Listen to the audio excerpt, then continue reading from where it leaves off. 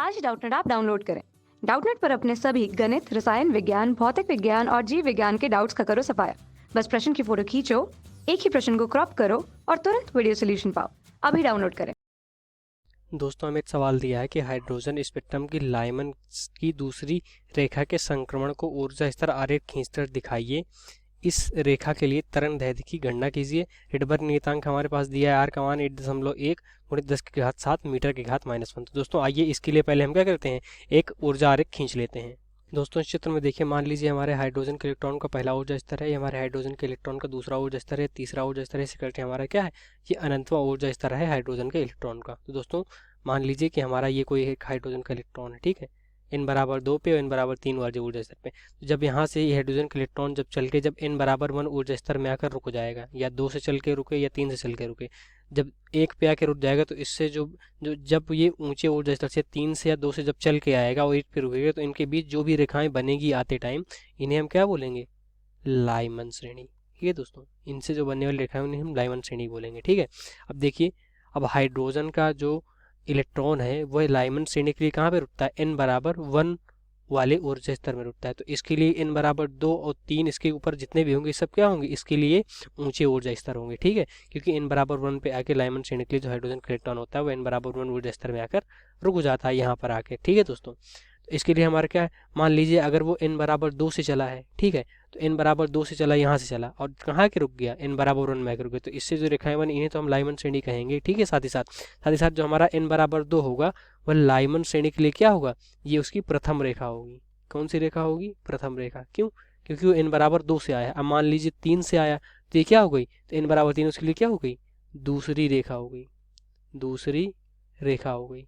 अब मान लीजिए वो कहीं 3 से आया रहा हो, यहाँ से कहीं से आया रहा हो, ये कहीं 4 से आया रहा हो, तो अगर 3 से आया रहा होगा तो वो इसी प्रकार वो तीसरी रेखा हो जाएगी, 4 से आया होगा तो चौथी रेखा हो जाएगी। क्यों, क्योंकि n = 1 पे आके रुकना, तो n = 1 के लिए अगर 2 से चला होगा तो पहली होगी, ठीक है, और 3 से चला होगा तो दूसरी होगी, इसी प्रकार से बढ़ता हुआ ऊपर तक हमारा चला जाता है। ठीक है दोस्तों, तो प्रश्न में हमें क्या बोला था कि दूसरी रेखा की संक्रमण के लिए हमें दिखाना था। तो देखिए हमने दोस्तों, दूसरी रेखा क्या है हमारी, दूसरी रेखा यहाँ पे हमारी ये है n = 3 की, तो इसकी संक्रमण के लिए हमने देखो आपको दिखा दिया है। ठीक है, अब हमें क्या बोला है, साथ ही साथ इसी रेखा के लिए तरंगदैर्घ्य हमें निकालना है। ठीक है, मतलब दूसरी रेखा के लिए क्या निकालना है, हमें तरंगदैर्घ्य निकालना है। ठीक है, तो हाइड्रोजन स्पेक्ट्रम में लाइमन श्रेणी के लिए जो तरंगदैर्घ्य निकालने का सूत्र होता है वो होता है 1/λ = r, 1/1 का वर्ग माइनस 1/n का वर्ग। और n बराबर क्या होगा हमारा, n बराबर होगा 2, 3, 4, 5 ऐसे करके चला जाएगा आगे तक। ठीक है, क्यों होगा, क्योंकि क्या होता है, लाइमन श्रेणी के लिए हमारे पास क्या होता है कि जो रेखाएं होती हैं वो जो हाइड्रोजन का इलेक्ट्रॉन होता है वो 1 पे आके रुकता है, तो हमारा यहाँ पे क्या हो जाएगा, 1 तो हमारा यहाँ स्थायी रहेगा। n बराबर क्या होगा, अगर इलेक्ट्रॉन हमारा यानी हाइड्रोजन का इलेक्ट्रॉन अगर मान लीजिए 2 से आया होगा तो n की जगह 2 रखेंगे, अगर 3 से आया होगा तो 3 रखेंगे, 4 से आया होगा तो 4 रखेंगे, 5 से आया तो 5 रखेंगे। तो लाइमन श्रेणी के लिए ये हमारा क्या हो गई, हमारी पहली रेखा हो गई, ये क्या हो गई, हमारी दूसरी रेखा हो गई। क्यों, क्योंकि 1 पे आकर रुक रहा, तो 1 पे तो रुकेगा तो इसको तो लेंगे नहीं। मान लीजिए 2 से आया होगा तो पहली रेखा होगी, 3 से आया तो दूसरी रेखा, 4 से आया होगा तो तीसरी रेखा होगी, ऐसे करके बढ़ता हुआ चला जाएगा। ठीक है दोस्तों, हमें किसके लिए निकालना है, हमें दूसरी रेखा के लिए निकालना है। 1/1 का वर्ग क्या हो जाएगा, एक n की जगह क्या रखें, दूसरी रेखा कौन सी है, n = 3, क्या रखेंगे, n = 3 दूसरी रेखा के लिए, तो 1 क्या हो जाएगा, 9 आ जाएगा।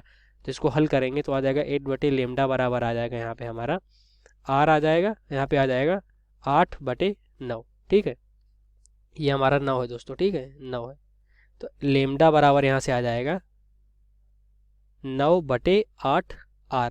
ठीक है दोस्तों, तो 9/8 r का मान हमें कितना दिया, देखिए प्रश्न में r का मान दिया 8.1 गुणे 10⁻7, यहाँ रख देंगे 8.1 गुणे 10⁻7।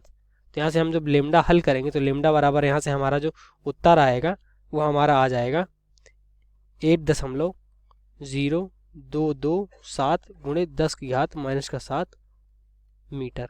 इसको हम क्या लिख सकते हैं, इसको हम ये भी लिख सकते हैं कि लेमडा बराबर 10/7 गुणे 10⁻⁻10, यहाँ दशमलव यहाँ लगा दिया, मीटर आ गया। ठीक है, हमने क्या किया दोस्तों, इस दशमलव को 3 अंक इधर खिसका दिया है। ठीक है, तो यहाँ पे क्या हो गया, 10⁻10 हो गया है, तो लेमडा बराबर क्या जाएगा, आ जाएगा 10/22.7 एंगस्ट्रॉम, क्योंकि 1 एंगस्ट्रॉम बराबर होता है 10⁻⁻10 मीटर दोस्तों। ठीक है, इसलिए हमने इसको क्या कर दिया, एंगस्ट्रॉम में बदल दिया।